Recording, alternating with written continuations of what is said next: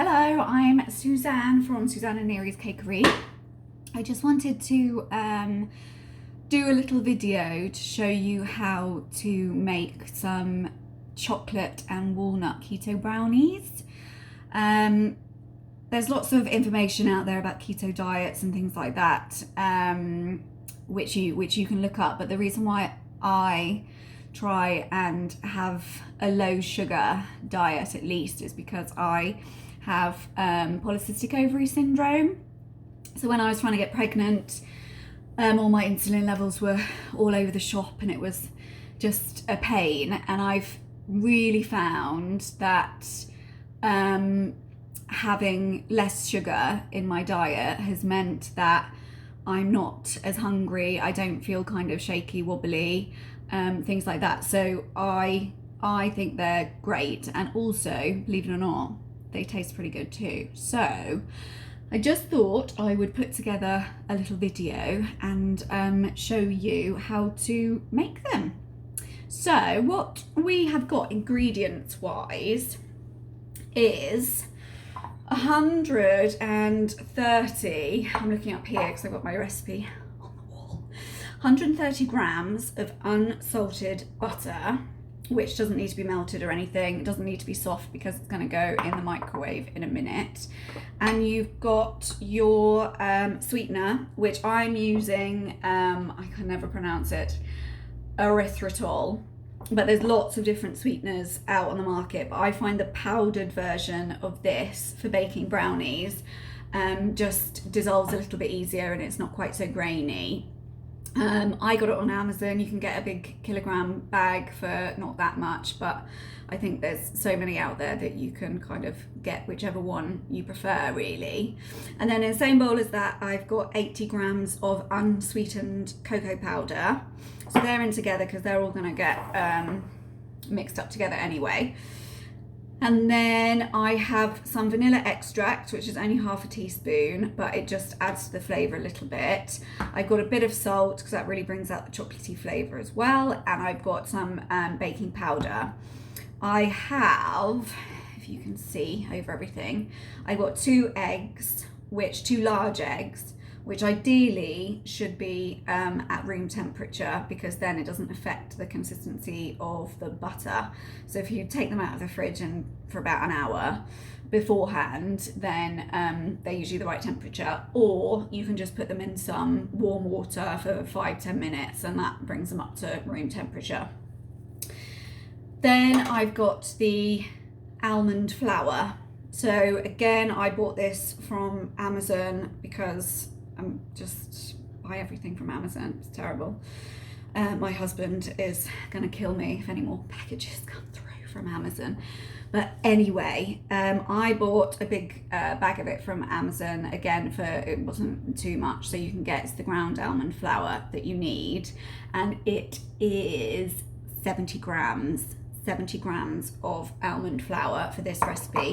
And then these are optional, but I love in brownies. I've got some walnuts, chopped up walnuts. I've got 50 grams here, but again, if you've got a nut allergy or whatever, or you don't like nuts, then just leave them out. It's absolutely fine. So they're the ingredients. I'll put a list of the ingredients at the bottom as well. And then equipment wise, I've got my handheld mixer, which I use for everything, really. I love it. I've got a handheld mixer. They're fairly self-explanatory. I won't go into it. I got a bowl. I've got some measuring spoons, and I have got a tray which I've greased and lined with some baking parchment. I don't actually know. I think this is 30 centimetres by 20 centimetres.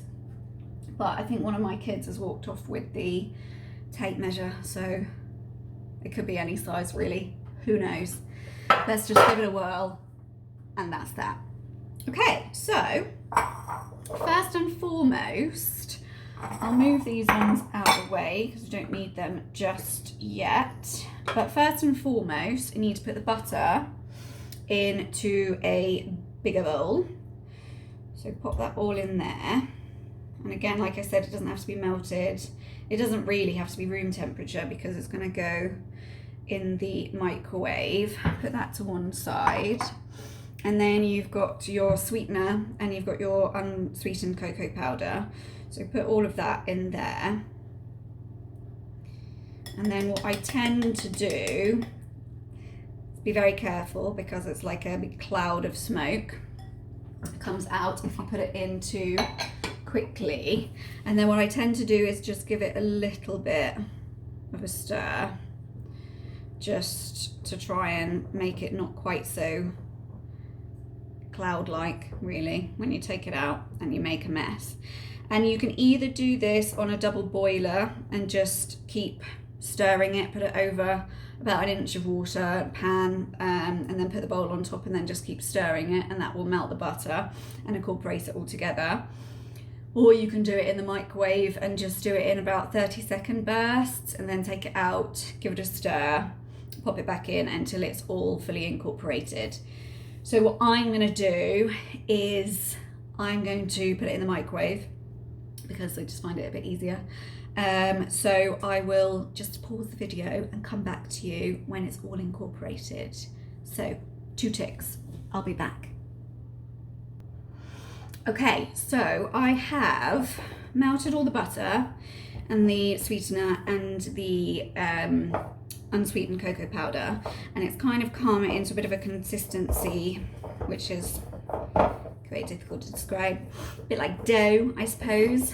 Let me show you. It's quite firm, but you're going to add the eggs to this, so then it will loosen up and it will become much more smooth as you're giving it a whisk. So I'm just going to get this off here. Now the only thing with adding the eggs is you don't want to whisk too much, because otherwise that can make it a little bit more like a cake consistency rather than a brownie consistency. But I don't know, I quite like a cake consistency as well. But if you're hell-bent on a brownie, then don't whisk it too much, just a couple of seconds to incorporate. So I'll put those to one side. And then the eggs, just do one at a time and then mix it, and then put the other one in. And if you need, if it feels a bit too thick, you can put an additional egg in.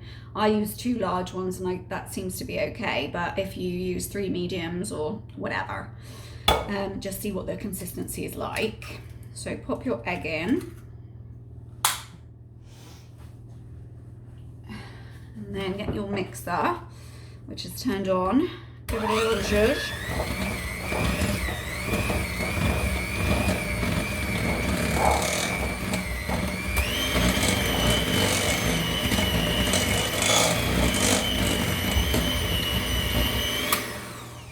Okay, so that's the first one gone in. And then put the second one in.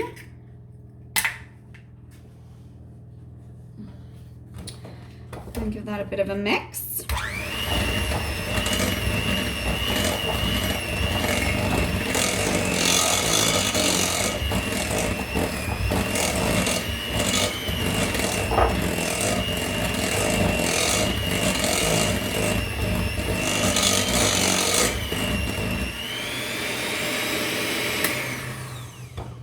Try not to splatter everywhere, which is a big thing of mine, which I tend to do. Get it all up the walls and everything, so always be careful with that. So give it a bit of, if you think it's too thick, it's this kind of consistency at the moment. So you could, if you wanted to, put another egg in, which, actually looking at it, because I don't want it to be too cakey, I'm going to put a medium egg in.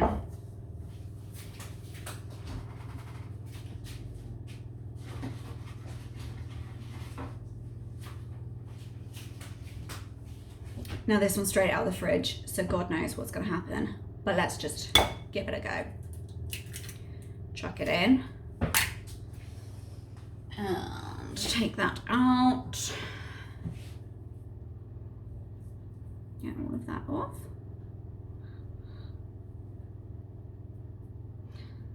There we go. And then give it another little whisk.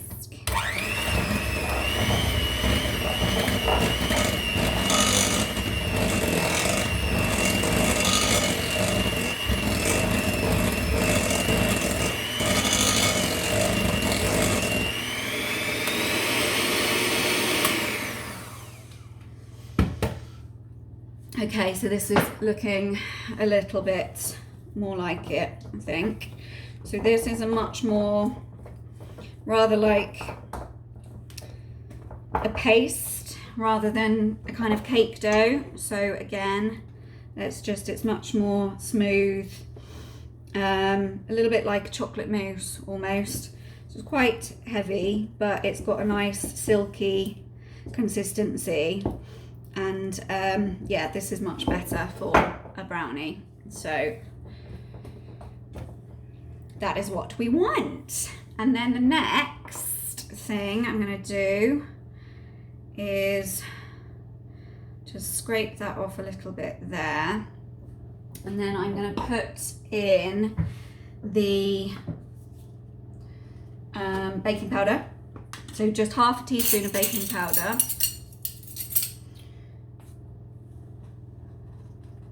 Some people put baking powder in it, some people don't. And it's really, I think it's a bit of trial and error, and depending on what consistency you actually enjoy or prefer. Like I said before, I don't mind it being a bit cakey and a bit more fluffy, not quite so dense. It's a ghost. It's not, it's just the wind. Don't panic.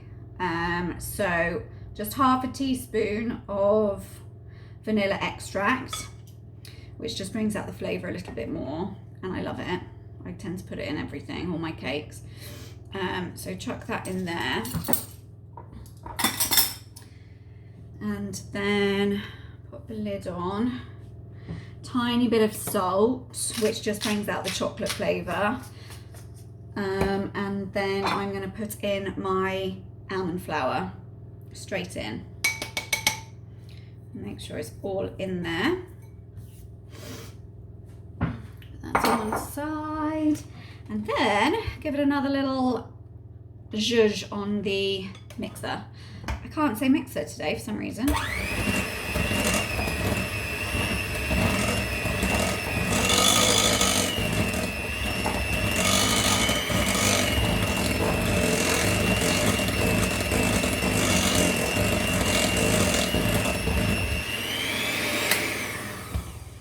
And then final piece de resistance, the bit that I love the most is the walnuts.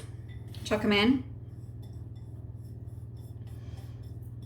I've just chopped them up. I had walnut halves, just chop them up roughly. It doesn't have to be anything special. And then just chuck them in and give it a final zhuzh just to incorporate it.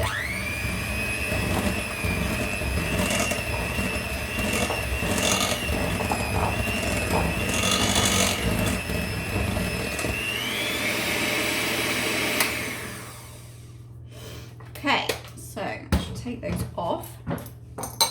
And then get my spoon, put everything else that I don't need to one side, and then I have my tray. And I forgot to say at the beginning of all of this, turn your oven on. It's always a handy hint. Now, a lot of the recipes say 180 degrees, and I've tried it at 170, 160.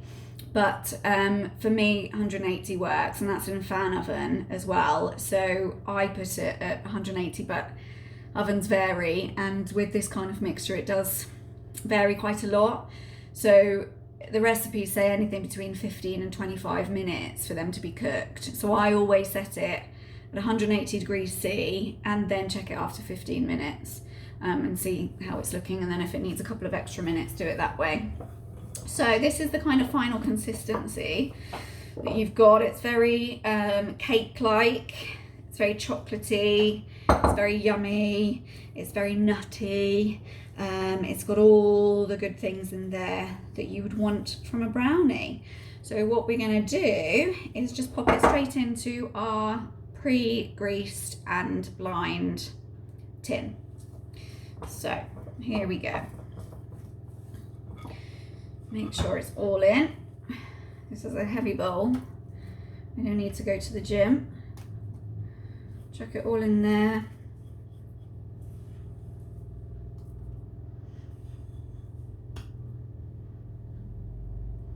Make sure it's all out and get all the scrapes.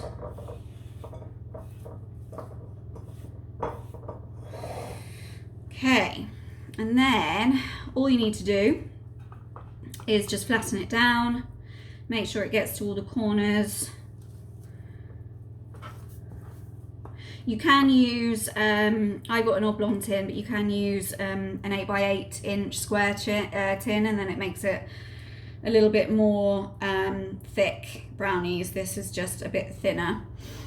So again, that's kind of how you would prefer to do it, really. So just make sure it's as flat as possible. Get me other spoon and give it a little scrape.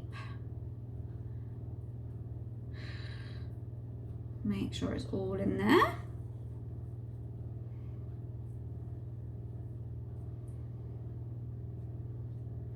I have a certain face when I'm concentrating. I think it's like, my husband says I look like an idiot, which is rather unpleasant of him, but hey ho, who cares? So, scraped, put those in there, and then give a little bash, a little wiggle, make sure it's quite flat, and then this is ready to go in the oven. So put it on the lower half of the oven, put it right at the bottom if you can, and check it in 15 minutes. So I will come back to you in 15 minutes time. So long. Hello. So I've just taken the brownies out the oven after 15 minutes, and they're looking pretty good. When you stick a fork or skewer or anything in it, it comes out clean. You don't want to overcook the brownies either, because you want them to stay quite moist. So then they're more brownie consistency. So when it goes in, it's fine. And then it comes out quite clean. So what I'm going to do is just leave it in the pan for about 10 minutes, just to cool down a little bit. And then after 10 minutes, I'm going to turn it out onto the cooling rack and let it cool then completely. So yeah, then when I'm ready to cut it up, I will show you what it looks like on the inside. Okay, so I have been cooling these for about half an hour, and I've just cut them up. They may be slightly too warm to cut, so maybe leave them for an hour, because they're very crumbly in texture. I think if you put them in the freezer for 10 minutes, then you can get a much cleaner cut, because obviously it hardens it a little bit more and makes it slightly less crumbly. But I didn't do that because I'm a fool. So I've just cut them. I've cut them into 6 and they're lovely, and I've just tried them. They're very light in texture, and it's got a really nice deep chocolatey flavour, but obviously it doesn't have any sugar in it. The only probably baddish thing that's in there is butter. Everything else is fine if you want a low sugar, low carb diet. So please ask me any questions about the recipe, any comments. Please like the video and subscribe to my channel. I'm hopefully going to be putting up a video at least once every couple of weeks, and just let me know how you're going on your baking journey, and follow me on Instagram, Facebook, Suzanne and Neary's Cakery. Okay, thanks very much and happy baking.